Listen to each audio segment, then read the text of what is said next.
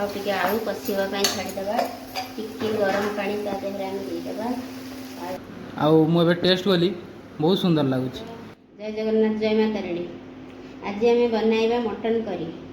Mutton दरकार आम सामग्री सब है मटन तापाई आलू तापर मसला है पियाज रसुण अदा टिके जीरा लंका गुंड धनिया गुंड यहाँ है मीट मसला तेजपत्र हलदी गुंड लुण आउ ये गरम मसला आमर गुजराती लवंग बड़ अलैच गोलमरीच सब अच्छे गरम मसला तेल ये आमर मटन करी सामग्री। प्रथम मटन को लुण हलदी सब गोड़े मैग्नेट कर रखीदे।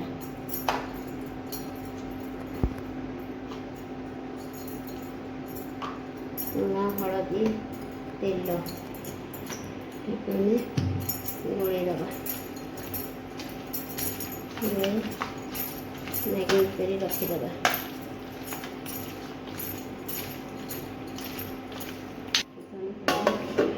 तापर आम गैस ऑन कर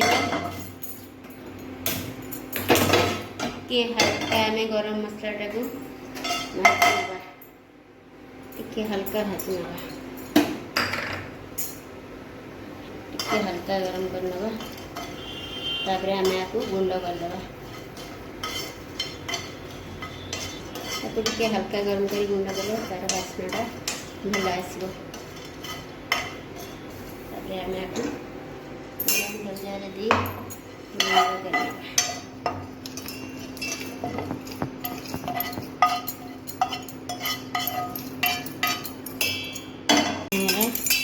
गरम मसला गुंड होगा। अदा नवा नहीं अदा 750 मांस मोर अदा ये रसुण टिके जीरा आम टिके पियाज नहीं आम भाजिकी मांसरे दबा 2टी कंचा लंका आम मसला ग्राइंडिंग करवा। आमर मसला रेडी आम गैस ऑन करवा। आम मु प्रेसर रांधि तापर आम ये तेल देवा आलू भाजवाई आलू पकेगा आम आलू को लाल करके भाजीदे चोपा चोपा छाड़ मांस चोपा छाड़ा खाया भल लगे।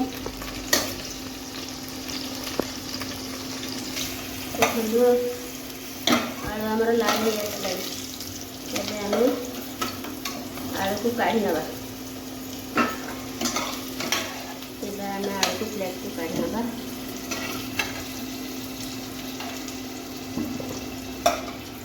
चिनीटा ऑप्शनल अच्छी जी चाहिए पकेबे जी न चाहिए नहीं ऑप्शनल अच्छी मुझे चीनी दे दीजिए। चिनीटा टिके लाल हो आसला आम पकईदे तदेह दुटा तेजपत्र तापर आम पकेबा पियाज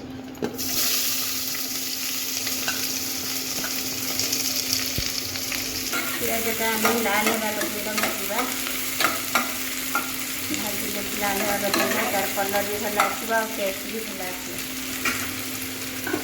पियाज आमर लाल हो आसला एवं आम ता देहरे दबा लंका गुंड चेंज करदे लंका गुंड देवा हलदी गुंड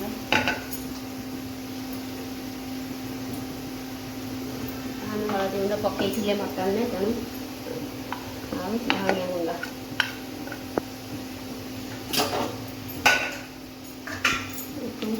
टिके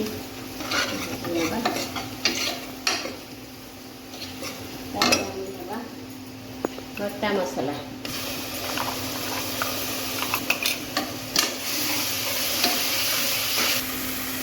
धोईकी आपको थोड़ा पानी देदेगा।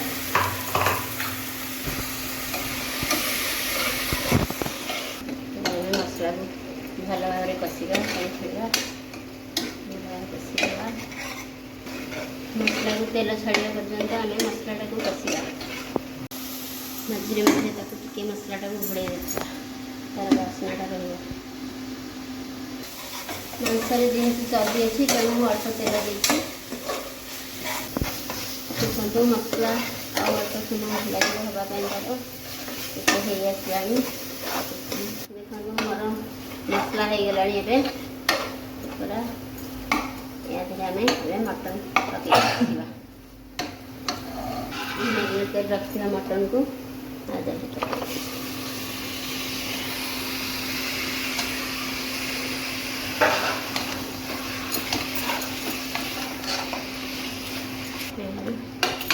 आम घोड़े दबा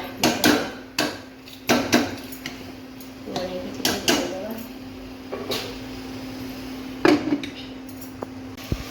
आम तादेह देदेवा टमाटर गोटे टमाटर तापर काश्मीरी लाल मिर्च देदेवा मीट मसला पकईदेवा अल्प गरम मसला पकईवा आम पर गरम मसला देवा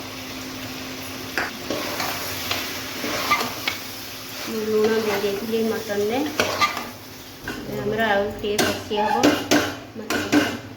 देखु सुंदर देखा मटन कषि मांस तेल छाड़ी आसला एवं आम भाजी रखुवा आलू को पकईदबा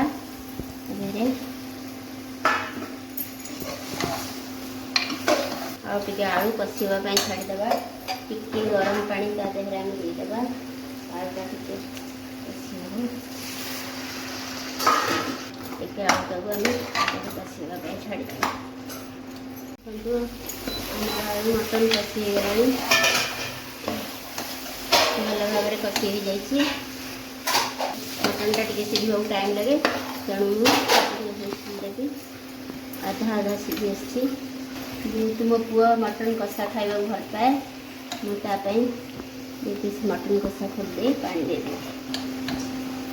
जहाँ हो श्रावण मास सरला फाइनाली मटन खायापे मिलला आउ देखिकी तुम पाटरू माने आपण बुझीपारे कौन अवस्था होची माने सुंदर एते भी देखा होची खाइके देखा केमते लगुच आ मुझे छोट छोट पीस भल पाए बोली मते ए छोट छोट पीस गुड़ाक देइचंदी अरे वाह केते सुंदर लगुच गरम पानी आम देदेबा एबे खाइबा समस्त भल पाती पानी जहाँ प्रेसर जेहेतु रंधा अच्छी बेसी पानी दरकार होनी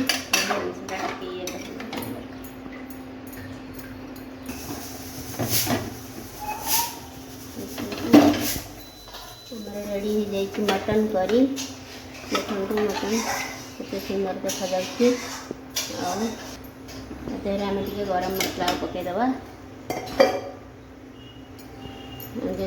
कर रखी गरम मसला पकईदबा